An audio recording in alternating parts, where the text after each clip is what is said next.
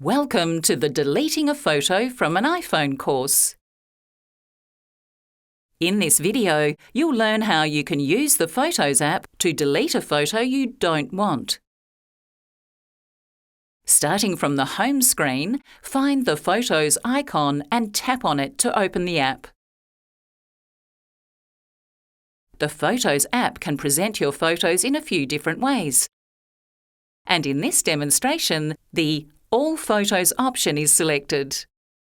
This shows a grid of all your photos with the newest photos at the end. Tap one of the photos to view it in full screen mode. Swipe right to see the previous photo. Swipe left to see the next photo. The Delete button is at the bottom right of the screen and looks like a garbage can. Tap it to delete your photo. From the options that appear, tap Delete Photo. The photo is now deleted, and the screen will show the previous photo in the Photos app instead.